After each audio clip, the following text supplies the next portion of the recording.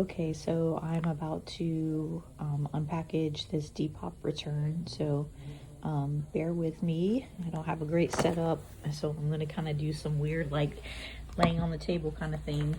And yeah.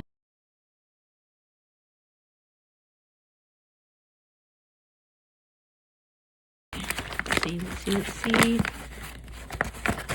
It says it's bent and that it's not sterling silver. Okay. So this is the box that I used. I guess it makes sense now then.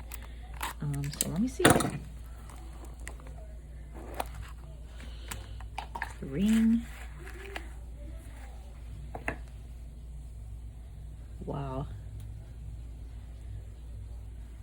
That is insane. This 100% was not bent like this when I shipped it. That is, I can't even believe this. So I really don't even know if this is like shipping damage or like, I don't know, did they do that just so they could return it? That's wild.